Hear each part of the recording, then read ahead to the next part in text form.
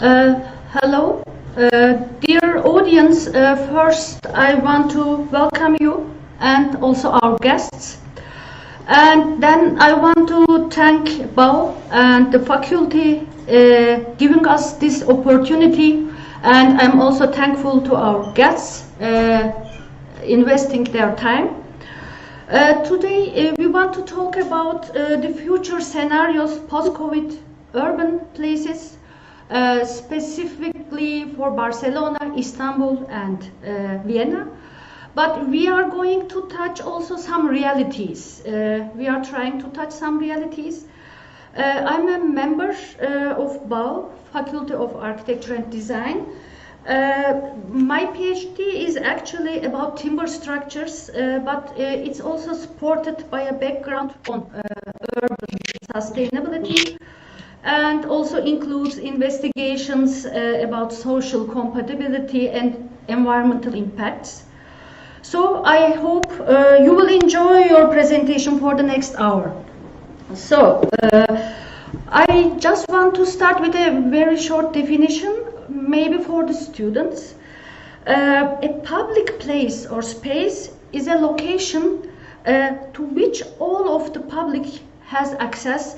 That means it's an open, accessible place to people. So, for example, roads, pavements, in some cases, beaches and parks and so on. These are public spaces. So, then I want to continue introducing my guests. First, Professor Nadia Fava. We know each other since an institutional partnership for a summer intensive school organized by you, since 2014. It was a workshop about new scenarios for the touristic European maritime coast within the lifelong learning program. And Professor Fava visited also our institution as a guest professor thanks to the organization of our faculty member, Professor Ümran Topçu, during a winter workshop with the topic Urban Places, Urban People in February. So Nadia, you are from Venice, Italy, but you are living in Barcelona. You are graduated from Venice University Institute of Architecture, and but you got your PhD degree in at the Polytechnic University of Catalonia, and currently you are working at the Department of Architecture and Construction Engineering, Universitat de Girona in Spain. And your research is focusing the topics social policy, urban, rural planning, marketplaces and tourism. I just want to add something. Marketplaces and tourism are, in my opinion, also very interesting topics. Maybe post-corona scenarios could be also analyzed on this topic, maybe later, another time. Do you want to add some specific information about you, additional information? Nadia? No. No, thank you. I think that you have... Okay. Then I can continue with Betül. With Nadia, we have been introduced through Betül. I know Betül from Viennese times. So I studied there, worked there, and lived there for 20 years. So we had contact with Betül. Betül, you studied in several universities, starting with Middle East Technical University in Ankara. And after working as an architect in Turkey, you completed your master program, Technical University of Vienna. And then you started to work with well-known architects teams. So during this, you completed your doctoral thesis. Let me read it. Mixed-use development, a discourse to new urbanism at the Faculty of Civil Engineering of the same university. And then you were employed on 2 departments for almost 10 years in Technical University of Vienna. The first is the Department of Construction, Process Management and Interdisciplinary Planning, and then Spatial and Sustainable Urban Design of the Faculty of Architecture and Urban Planning. So after many attended seminars and teaching debates at several European universities like Architectural Association, now you are independent researcher and the owner of Urban Transform Research Consulting, focusing on sustainable transformation of urban fabric, greening urban development, sustainable design, and mixed-use development and planning in multicultural societies. So, do you want to add something? Maybe I made a mistake. Is there a problem? No. No, thank you, Elif. Oh, okay. Perfect. Okay, then dear Nadia, dear Betül, I want to start our discussion. I just want to start with a short introduction in general and then maybe very short also about Istanbul. Then I'm going to continue with my questions. So, until COVID, we thought or our lifestyle was granted, so it would go like this for the future, and then suddenly we were confronted with changes, with sudden changes. From one day to other, the whole world struggled under a pandemic situation, and a lot of people were still banned on going out. And at least still there is a prescription, restricted use of urban spaces is here. They are dictating us at least a 1.5 meter at least separation and so on.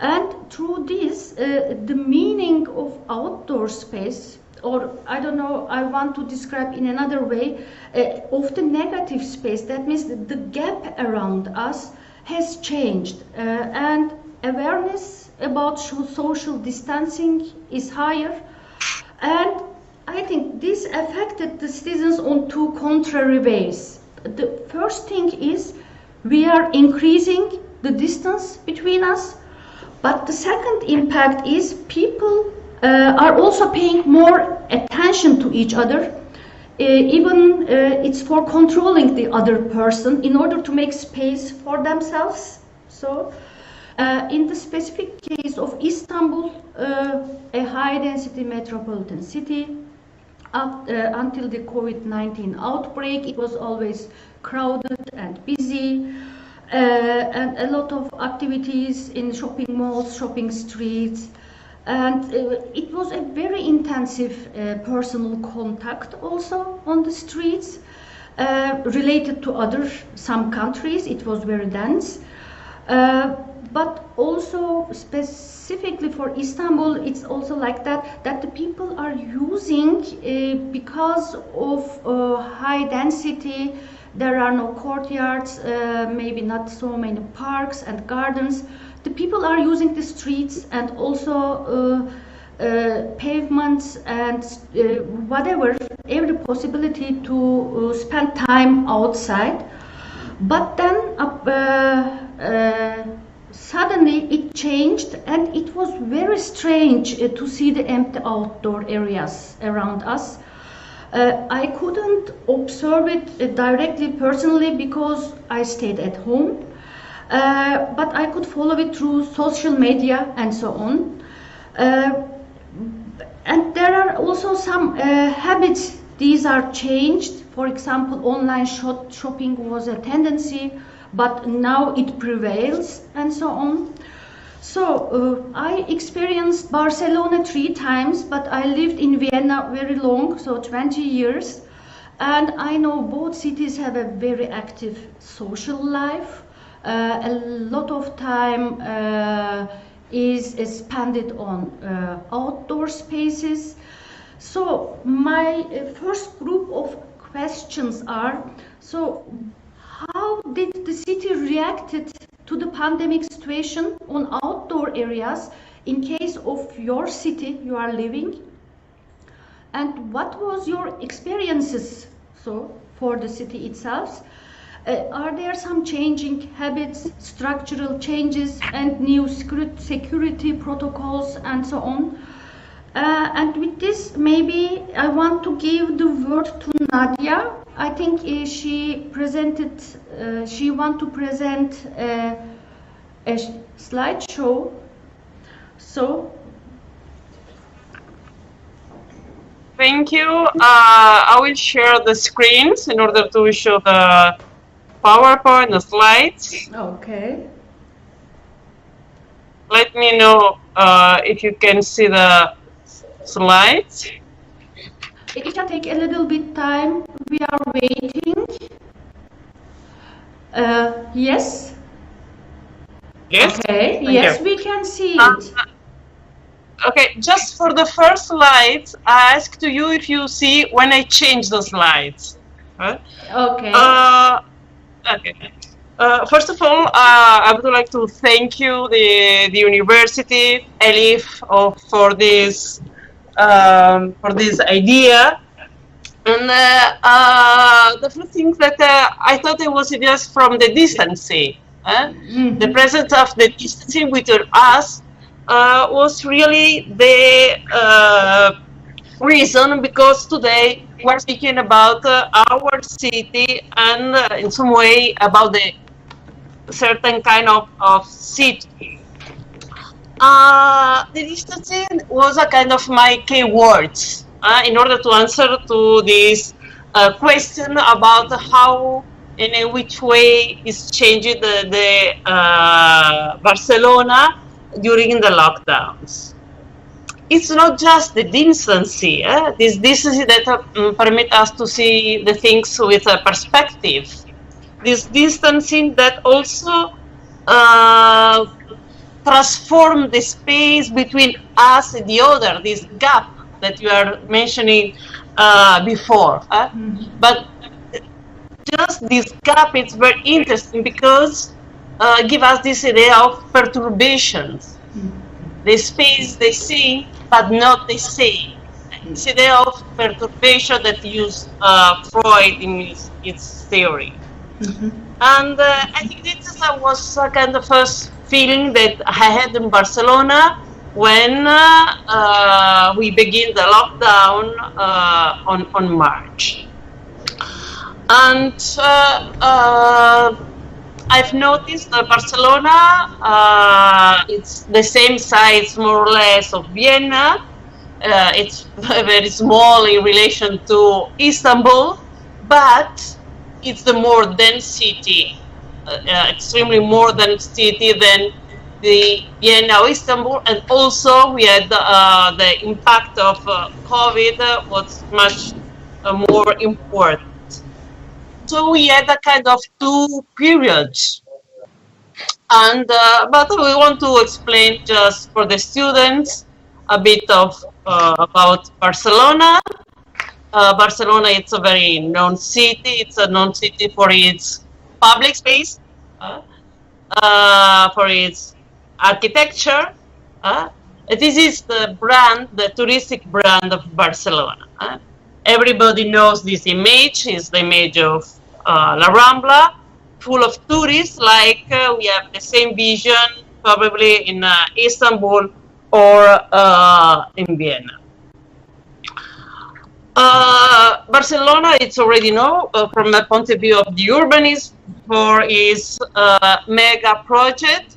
In this moment, we are working one of the main projects, the Sagrera station. It's a pharaonic project.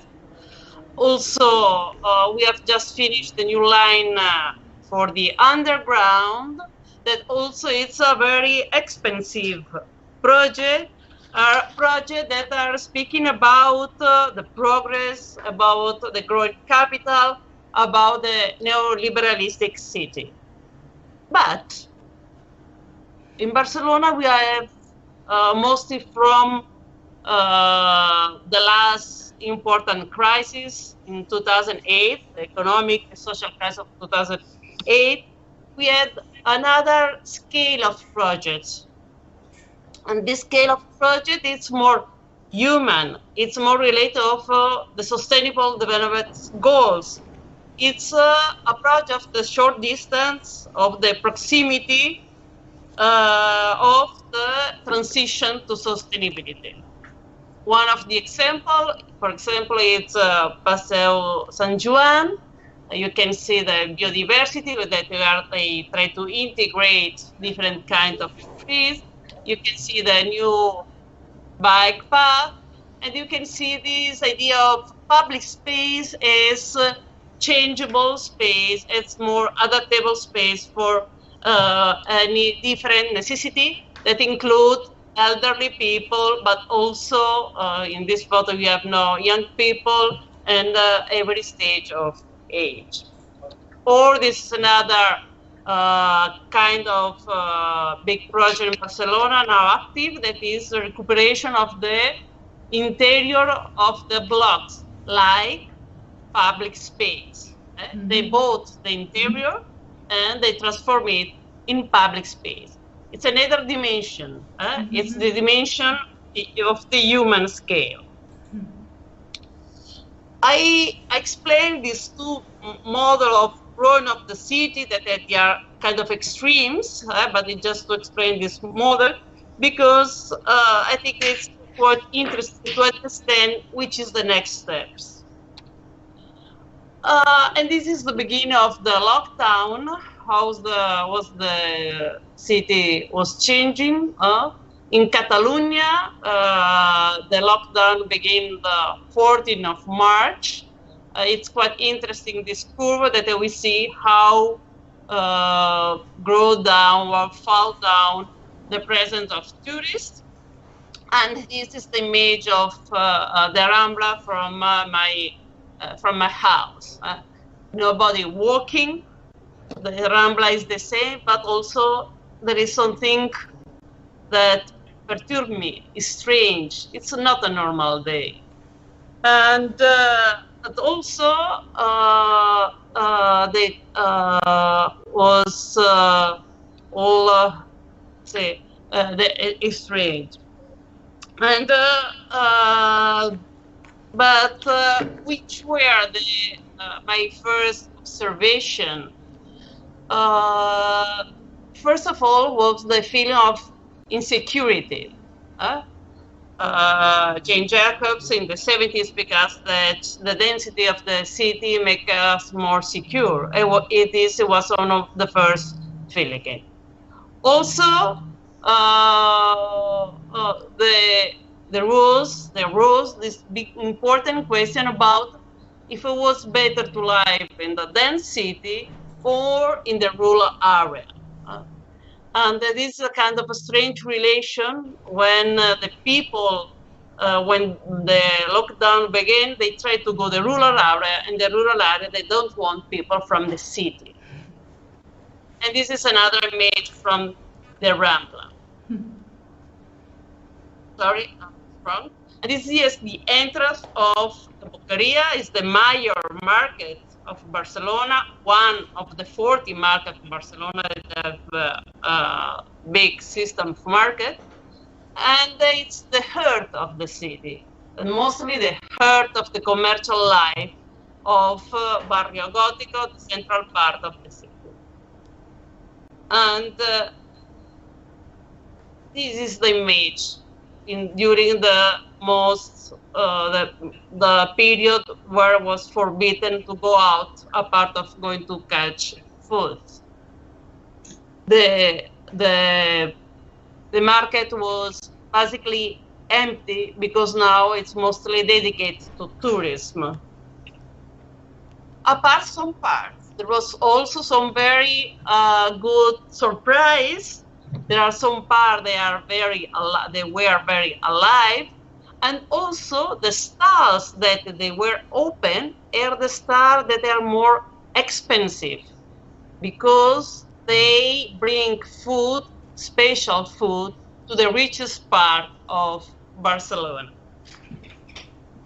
And also was very alive the open market for local food.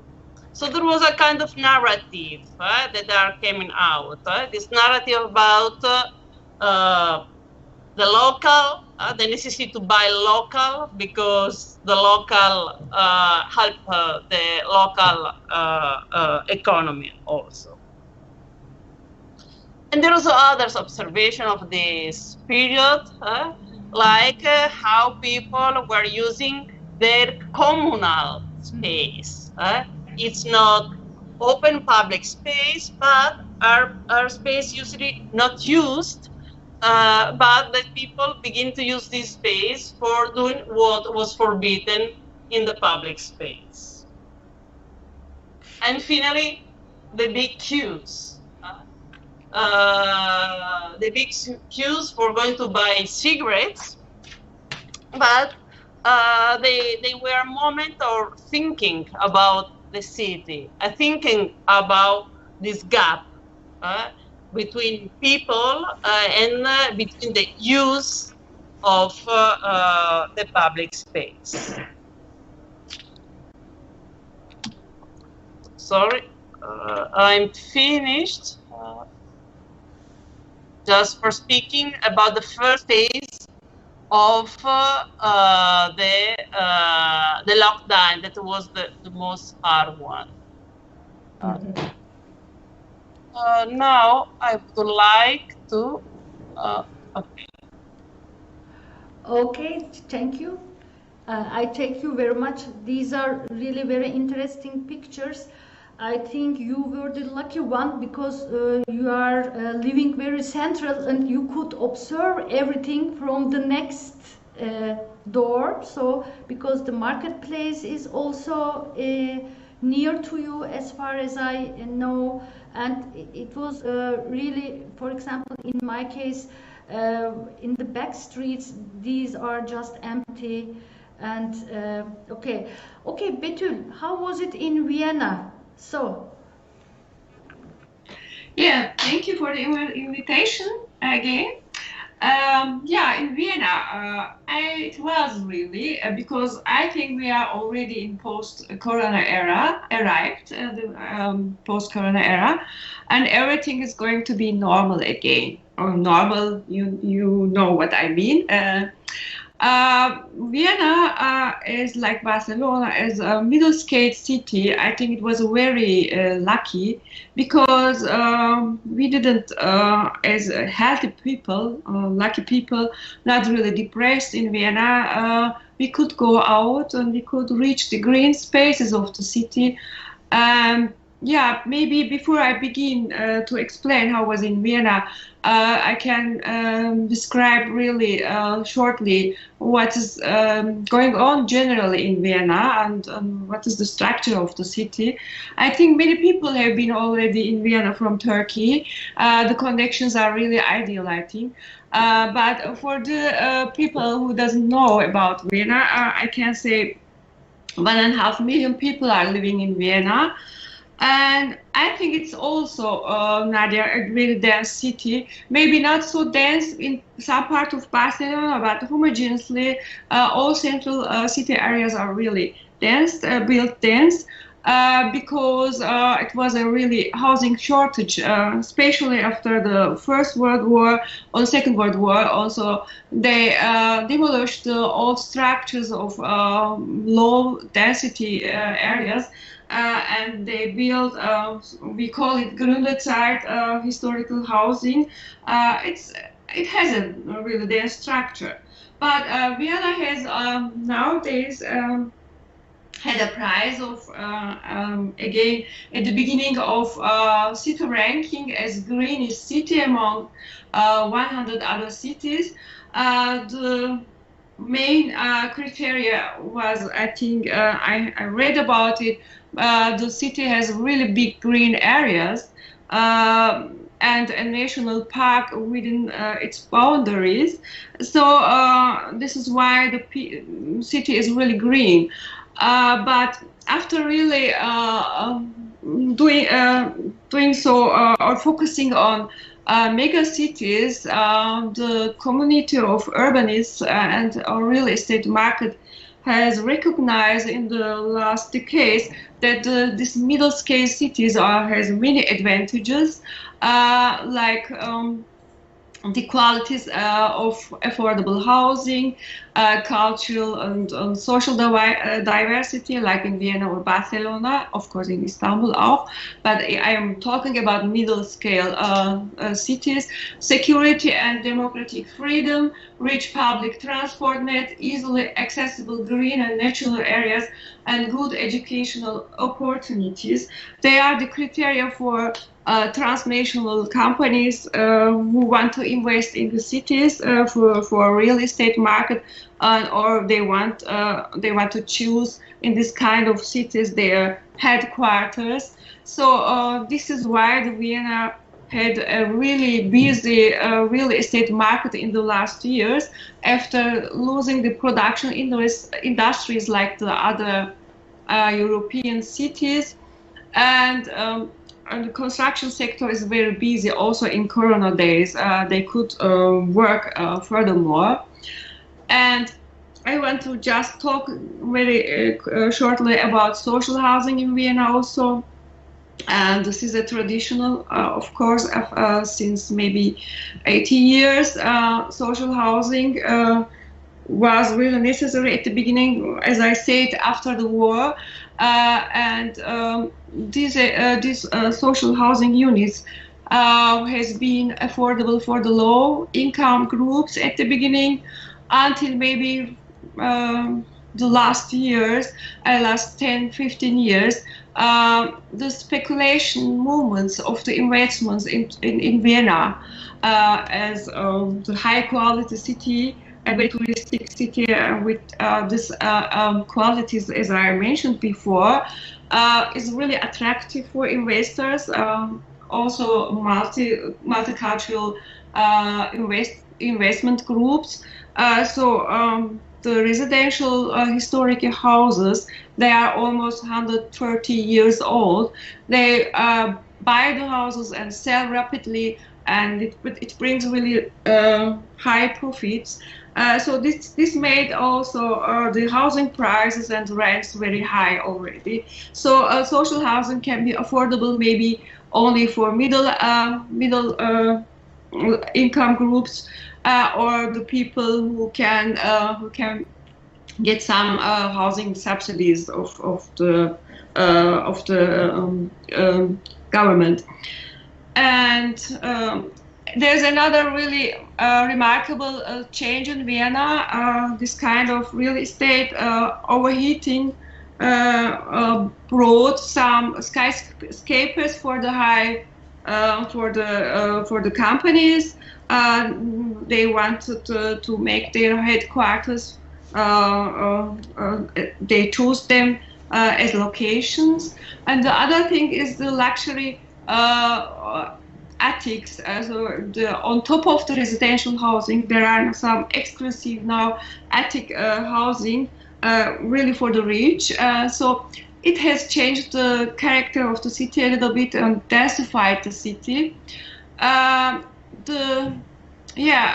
This is really now maybe most important development in Vienna. So how was it in lock time? Should I continue or should I wait? Yes, how was it in the lock time? It is. Okay. Mm-hmm. In the time of lockdown, as I said before, Vienna was really in the outdoor spaces. The people were really free. I mean, this is a really sporty population, and the Ministry of Health has also advised to be outside and jogging and running and walking. And the people had done it. The green areas, the water side in the city, Danube is in the middle of the city, and Danube riverside and the channels and the green parks were really crowded with the people. Of course, they kept their distance to each other. In Vienna case was 1 meter enough, and the go alone or with the people from their households. So the green areas were really crowded and too crowded almost. But in the meantime, the streets upsides from these green areas were empty and not really used, and especially the elderly people stayed at home. I mean elderly, not over 65, more 75 and 80 years old people. They didn't go out and they didn't get any visitors anyway like the others. On the indoor spaces and restrictions in all indoor spaces were like everywhere, and the shops were closed, and the schools and supermarkets were open, but not all the necessary facilities have been open. And so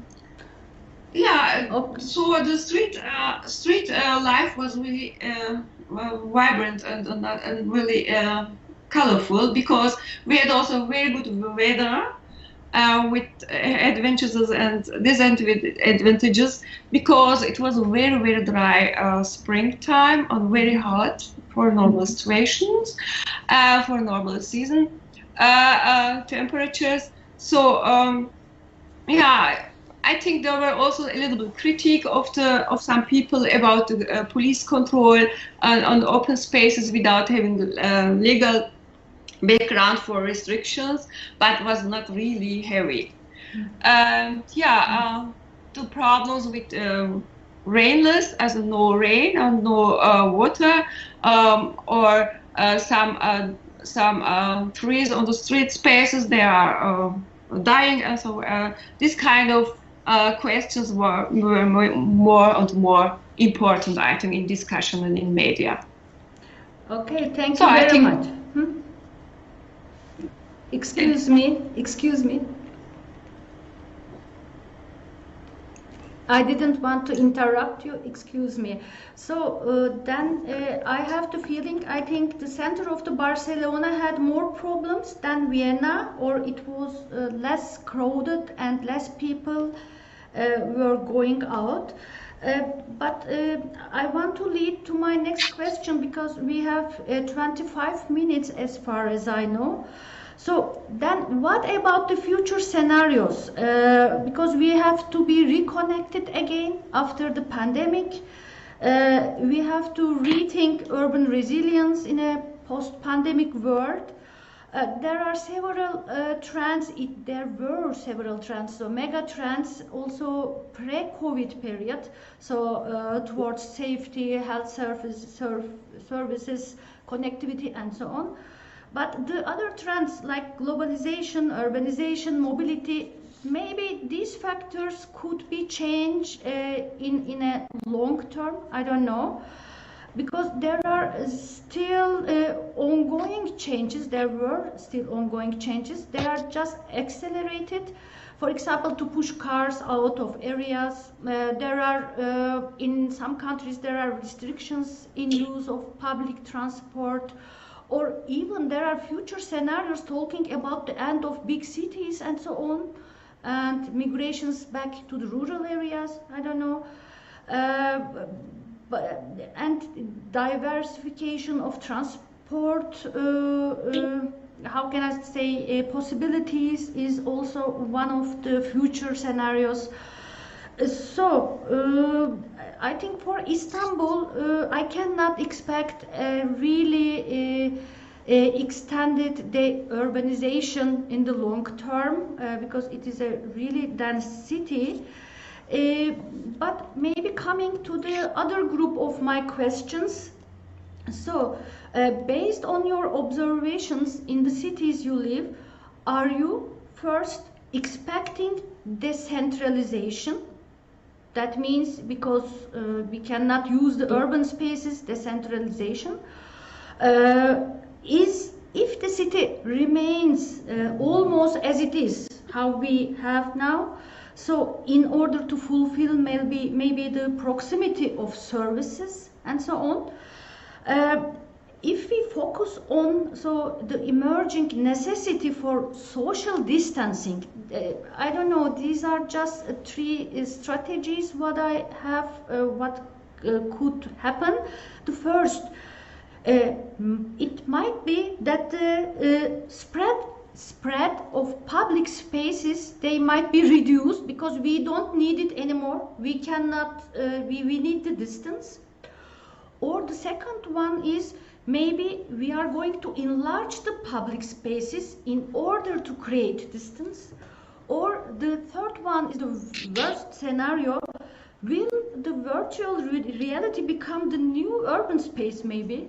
And are we going socialize at home, online?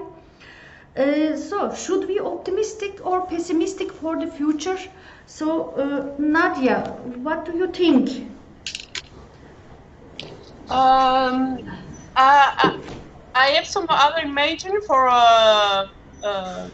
answer. I can show you them. Okay, okay. Yes? Yes.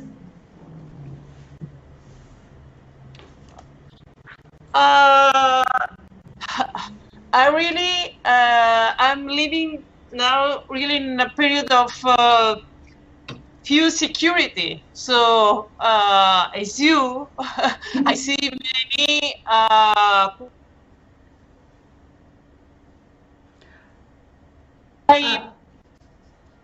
okay, there is a break. I cannot hear you.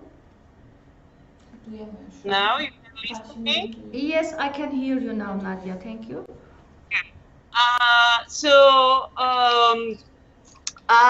In my more pessimistic days, I'm thinking that our future will be linked with technology, with no public space, with just car transportation, and just with one retailer called Amazon and one restaurant called Pizza Hut, and just one university. The world, I thought about the World University with all this video. There will be all our class in there, and you can choose. But another days that they are quite better. When I think that this was a very good proof how able we are in changing our habits. We could stay home, we could use more our space, and so maybe if we could change our social habit. So sometimes I have more hope in a change to transition. Anyway, I have some worries.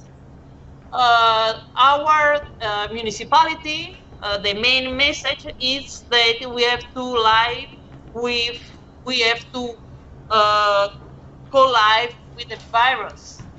The idea is this one, the main idea. The idea is not to try to avoid the causes of the virus, but it's how we can live with it.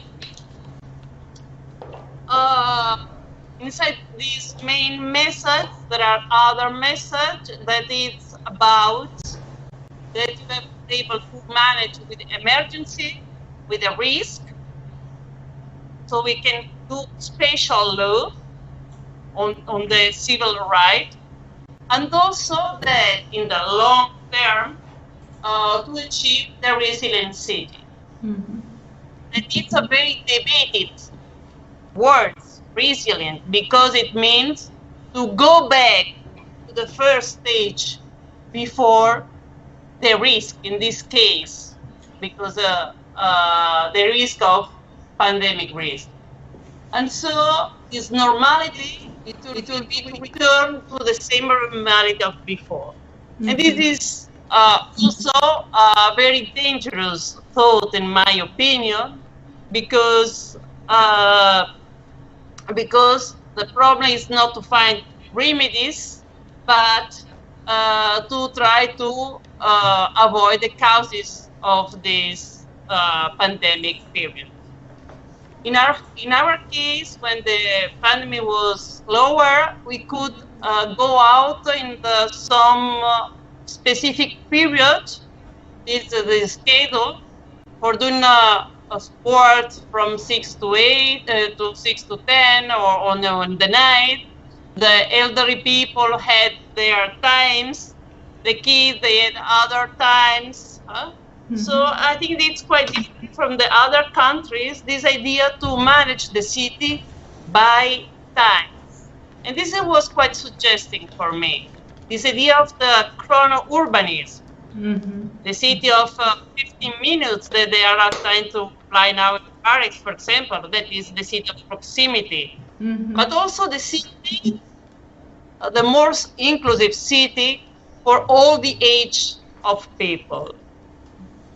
Yes. And this was the result of these strategies. Very crowded beaches, very crowded, mostly the X generation, the millennial, were the people that are on the street doing sport after 3 weeks closed in their houses, that are their city at the same time. And these are other remedies that have done the Barcelona municipality. That was a fast way to enlarge the sidewalks. You can see this more large sidewalk, and in the end, a local market. This is another way to have a more pedestrian area, very rustic. And this and another operation that they have done, they closed the main avenue in order that people can walk with more distances in the cities, just the very main streets. This is quite usual in city like Rio, São Paulo, and other main cities. So this was the main narrative. They were these remedies, but I'm only thinking if we have to adapt remedies or to find out which are the causes of this pandemic period. Just for adding something to the questions. Okay. Sorry.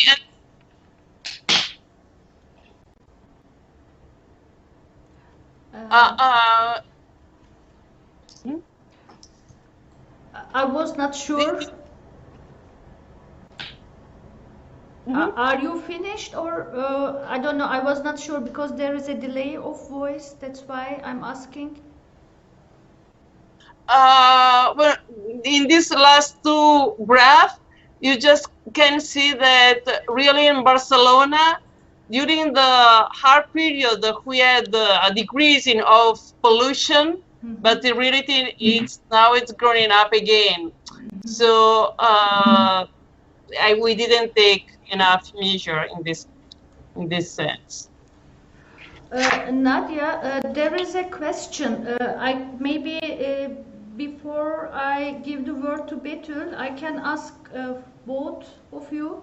The question is difference in public transport distancing rules. If yes, is it really sufficient in your cities? In case of Istanbul, it was not sufficient enough, not in any case at least, we can say. Do you have distancing rules in public transport? Yes. Most of the people is trying to go now, if it's possible, by bicycle. There are much more bicycle. There are a lot of people that now is renting moto and a bicycle, and also people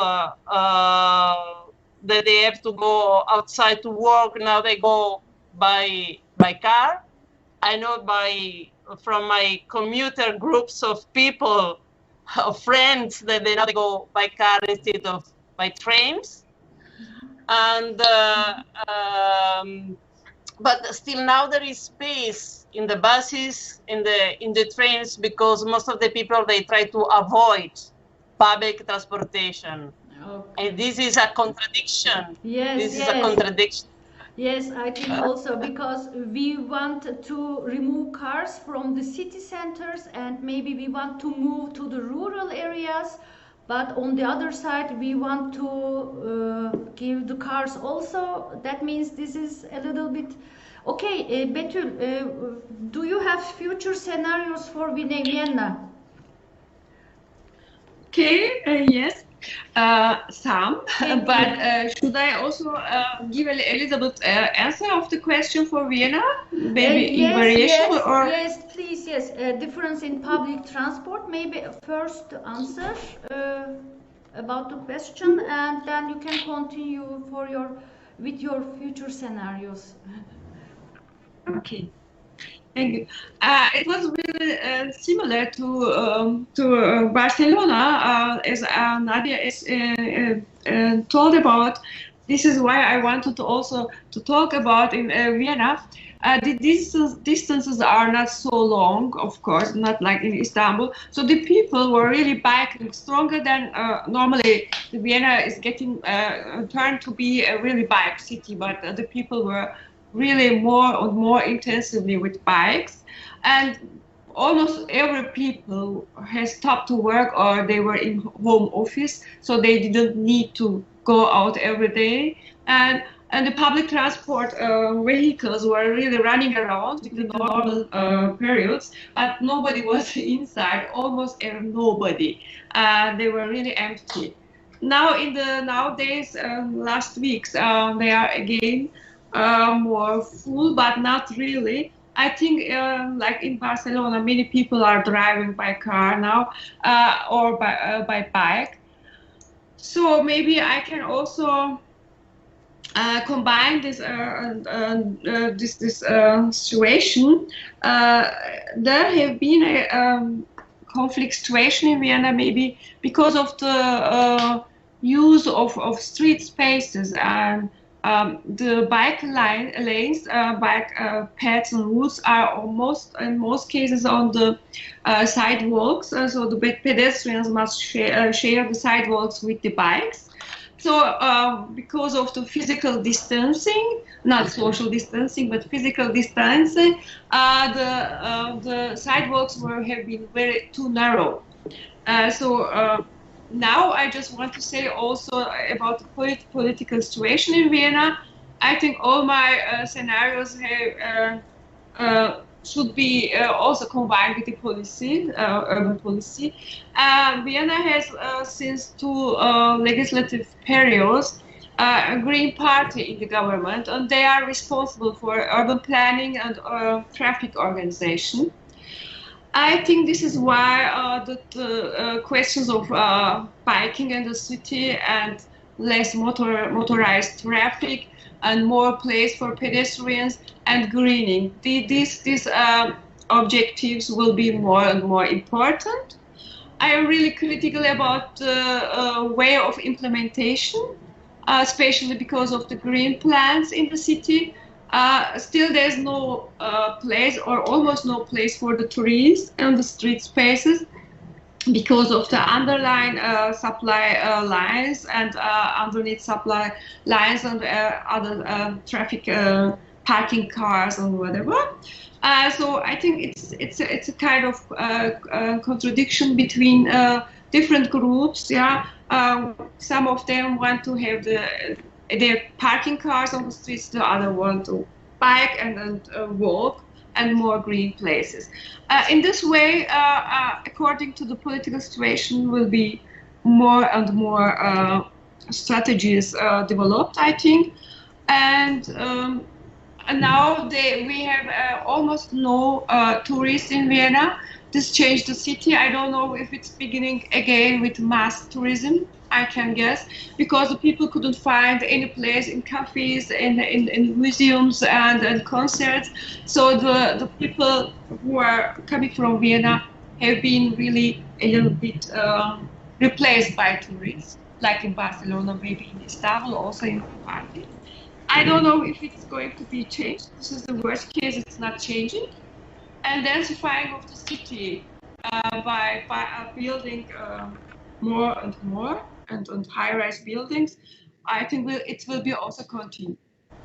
Okay, thank you, Betül. Because you mentioned the high-rise buildings, there is a question not directly related to our topic, maybe. How do you see developing of working spaces as an architect? Do you think we will need skyscrapers and headquarters anymore in long term? Are we going to have that radical changes? You say no? Yeah, I'm sorry. Yeah. Okay. Can I? Yeah. Okay. I mean, it's really also urban policy because the construction sector and real estate sector has replaced the production industries. They are already in some cheap production countries. We saw it because we couldn't find any protection mask in Vienna weeks long. They couldn't produce really mask. A rich country couldn't manage this. So the independence of cheap production in other countries was really the kind of globalizing, maybe we call it, was really dramatic in Vienna and in other European countries.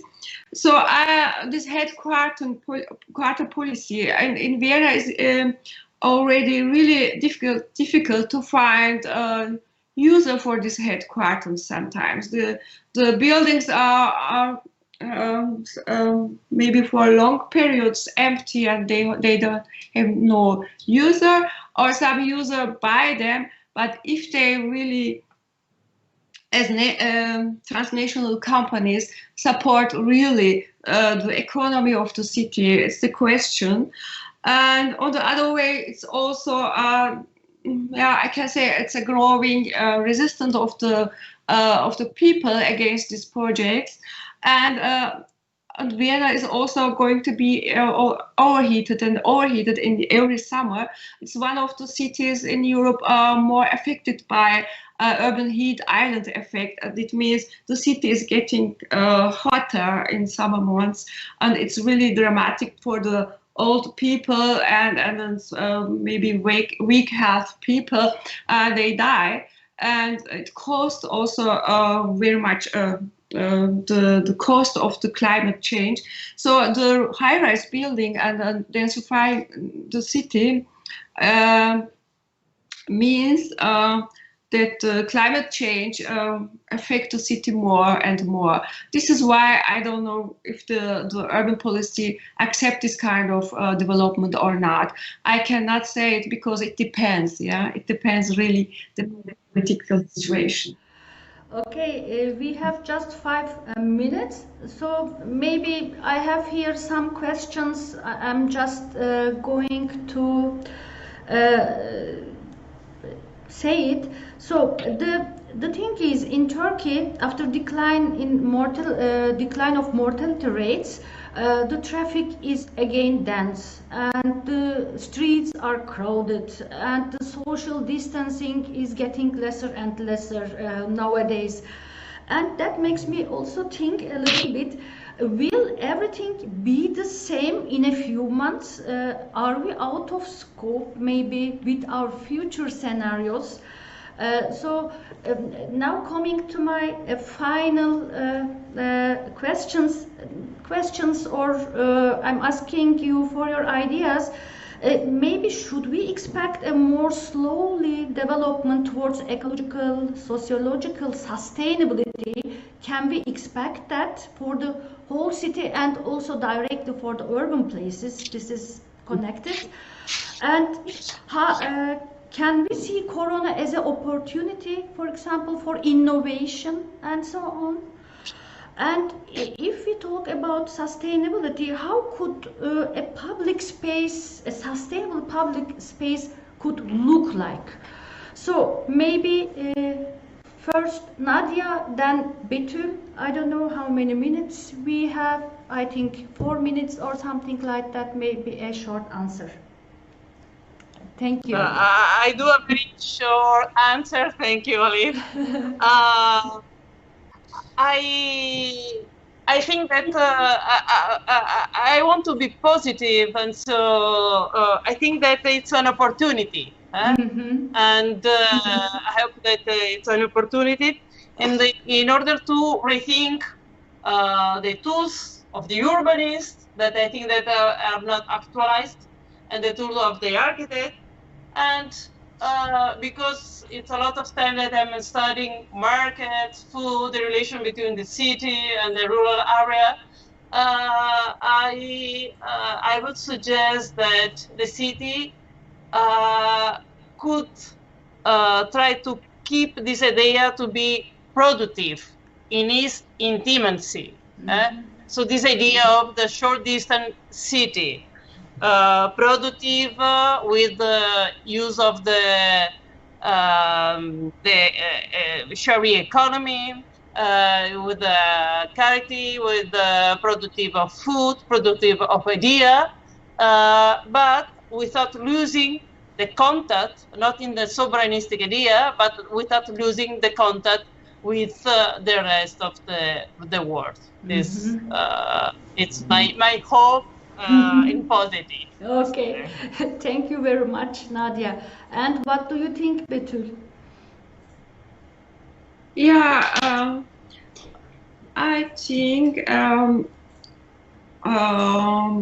maybe the system, the overall economical system, has seen by pandemic period that the people who are working for service facilities with low income groups, like workers on the construction places, or caring for the elderly people, they have been really important for the system to continue with the supplement. And they are really the vulnerable groups, already migrants, or really not good situated families and young people. So I think maybe there will be rethinking about the gap between rich and poor, and maybe homogeneous advantages of urban life would be more important for everybody. So if I am also really positive and optimistic, I think maybe the social system of the society will be stronger, because they saw how important is it to equality and then continuing with everybody of the society. Okay, thank you, Betül. So we came to the end of our discussion or presentation. We already are speaking 1 hour. There are so many topics. Maybe I can say next time with another opportunity we can talk again, and maybe we can talk again about our cities. And I want to thank you very much, Nadia, and I want to thank you very much, Betül, and stay healthy. I want to say, okay? Yes. Okay. Okay. Thank you. Thank you. Bye-bye. Bye-bye.